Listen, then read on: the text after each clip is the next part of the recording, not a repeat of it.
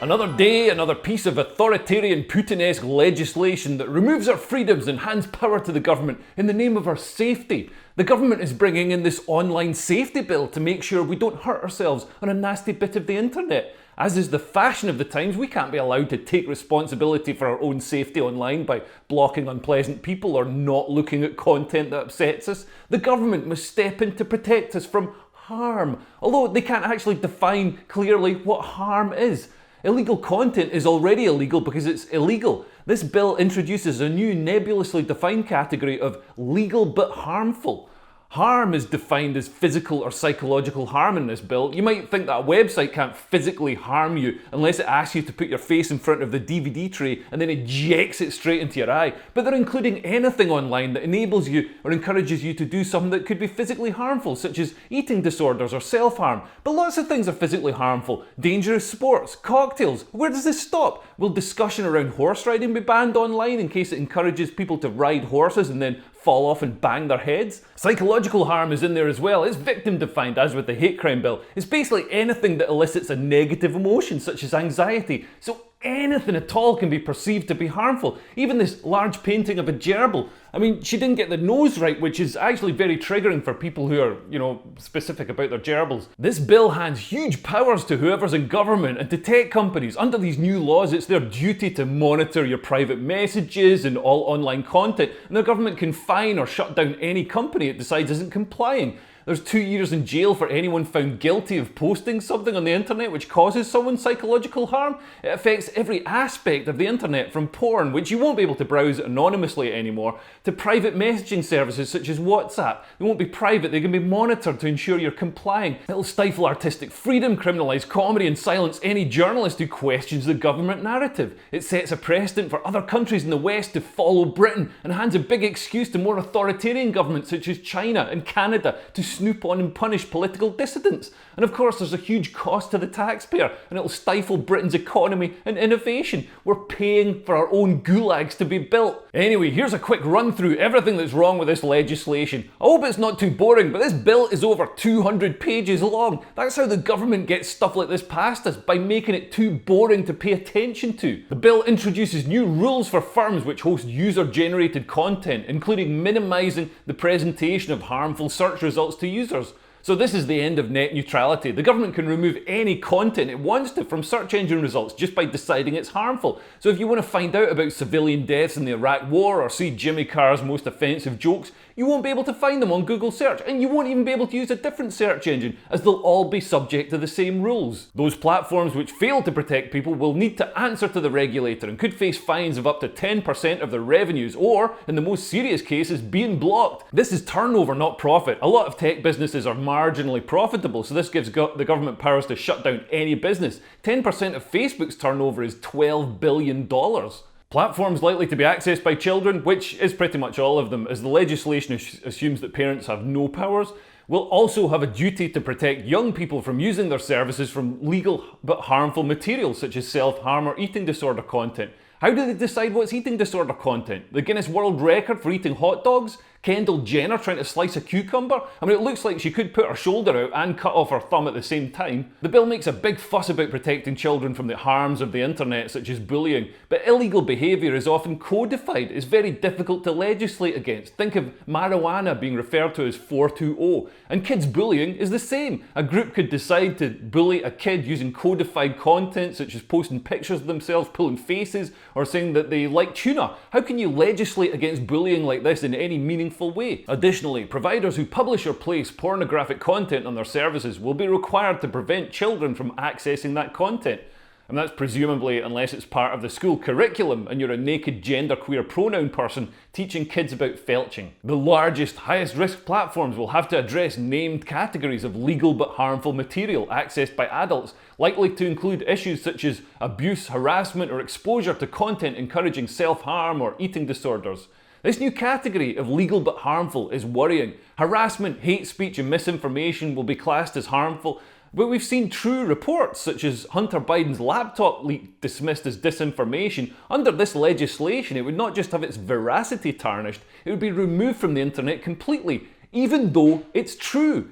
Comedy will be utterly screwed. In fact, Nadine Dorries has already said that this bill would be used to punish Jimmy Carr and Netflix for his joke about gypsies. Comedy roasts are hugely insulting and definitely psychologically damaging. Satire will be impossible. Satire depends on saying something that isn't true to point out a truth, like this from the Babylon Bee. Starving American babies disguise themselves as Ukrainian soldiers in hopes of getting $40 billion in federal aid. Now this isn't true, it's not fact. American babies aren't disguising themselves as Ukrainian soldiers, but it's pointing out that the American government has leapt into action to funnel billions in military aid to Ukraine, while babies in America go hungry because government failures have led to a lack of baby formula. Under this bill, this would be a damaging lie and banned. Although of course woke Twitter have already banned the Babylon Bee because it satirises the left. I totally support military aid to Ukraine, by the way. It's totally vital to defend Western liberal democracy, but starving babies are important too. In woke culture, people maliciously define pretty much anything as harmful and use it to their advantage. Like when Black Lives Matter alleged fraudster Patrisse Cullors says that the exposure of her financial wrongdoings is triggering. Under this legislation, would the fact that she's been psychologically triggered be used as a lever to get details of her alleged fraud removed from the internet? And future governments will be able to define anything they want as harmful. What would Labour want to add to the list? Ofcom, the communications regulator, will be appointed as the regulator for the online safety regime. Ofcom will be able to bring criminal sanctions against senior managers who fail to ensure their company complies with Ofcom's information requests. This will make everyone incredibly risk averse and will make Britain a toxic environment for tech firms, will stifle Britain's creative and artistic and tech industries. The regulatory framework will also include additional measures to address disinformation. Disinformation is a word that worries me. In America, there's now a nutcase in charge of the Disinformation Governance Board. That's like a sort of Orwellian Ministry of Truth. When Rudy Giuliani shared bad intel from Ukraine, or when TikTok influencers say COVID can cause pain, they're laundering disinfo and we really should take note and not support their lies with our wallet, voice or vote. Oh, information laundering is really quite ferocious. It's when a huckster takes some lies and makes them sound precocious by saying them in Congress or a mainstream outlet. So disinformation's origin seems slightly less atrocious. She worked with StopFake, which whitewashed Eastern European neo-Nazi groups that committed actual war crimes. I mean, this was to combat Russian propaganda, but it's so weird to see the left suddenly flip-flop from calling everyone a Nazi for any reason to suddenly siding themselves with actual Nazis and trying to stop people calling them Nazis. They're saying that the truth isn't divined through discussion and rational logical debate and the presentation of evidence supporting arguments. Instead, the Ministry of Truth, or Ofcom in this country, knows the absolute truth, the one absolute truth, and will tell you what it is by suppressing anything that goes against it and promoting anything they want. Our approach will safeguard freedom of expression and pluralism online, protecting people's rights to participate in society and engage in robust debate online. But not if it's deemed harmful. They're gaslighting us here. After explicitly stating how our freedoms will be removed, they're now lying by saying they'll be protected. Platforms will not be required to prevent adults from accessing or posting legal content, nor to remove specific pieces of legal content. Legal content will obviously be removed. There would be no need for this bill if it was just going to remove illegal content, as illegal content is already illegal and should be removed. Legal content will be removed if it's insulting and thus deemed psychologically harmful. The largest social media platforms will no longer be able to arbitrarily remove harmful content. They will need to be clear of what content is acceptable in their services and enforce these rules consistently. I mean, this bit actually sounds good. What about private messaging platforms? Ofcom will be able to require a platform to use highly accurate technology to scan public and private channels.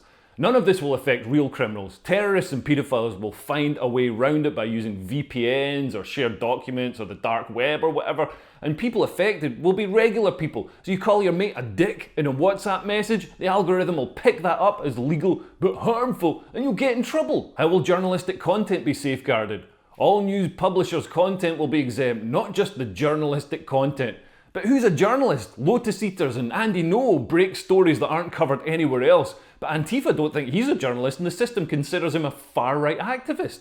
The New York Post has had valid stories about coronavirus and Hunter Biden's laptop banned from social media. Robbie Tomlinson also turns a spotlight on stories swept under the carpet or minimised by mainstream media. Avi Yenemy from Rebel News covers authoritarianism in Australia and Canada, but those governments don't recognise him as a journalist. News stories are inherently psychologically damaging. Post a video of somebody getting beaten up, that's going to cause distress, but it's valid reportage. But Ofcom get to decide, like Putin's government gets to decide that Navalny isn't a journalist. What about online pornography? We expect companies whose sites pose the highest risk of harm to children to use robust measures to prevent children from accessing their services, such as age verification. Man, I already have to click that I'm over 18. What could be more rigorous than that? So to access porn now, you're going to have to create an account and verify your name with ID to prove that you're over 18. It's the end of anonymously looking at porn. And porn can be seen as promoting physical harm or domestic violence or triggering, so certain types of porn will just be banned outright. What does this bill do to protect women? All platforms in scope of the bill will need to proactively remove priority illegal content. This includes hate crime, revenge pornography, and harassment and cyber stalking. So I mean, that's good, but that stuff's already illegal, so there's no real change there. More worrying is this bill makes cyber flashing an offence. So that's dick pics basically. Makes it equivalent to physical flashing, even though there's no immediate physical threat or proximity. So someone could verbally ask you for a dick pic or use the woolly language of indirect flirtation. Hey, why don't you send me something sexy, big boy? And then you send it and suddenly you're facing 2 years in jail. And the removal of anonymity online could paradoxically make it easier for people to stalk and harass women. I mean, this bill is terrifying. It criminalises fun things like online horoscopes, mukbangers, dangerous sports, religion, works of fiction, opinion pieces, debates, satire, playing devil's advocate, and comedy roasts. I don't need protection from online harms. I need protection from the government. Anyway, if you've enjoyed this video, please cause some psychological harm by sharing it with your mates. And if you'd like to support me making these videos, you can become a Patreon from as little as £3 a month. You can help me buy stuff and get early access to these videos and Patreon-only content, such as a podcast I do every week with a criminal barrister. Thanks for watching. I've been Leo Kearse. Bye. Bye-bye.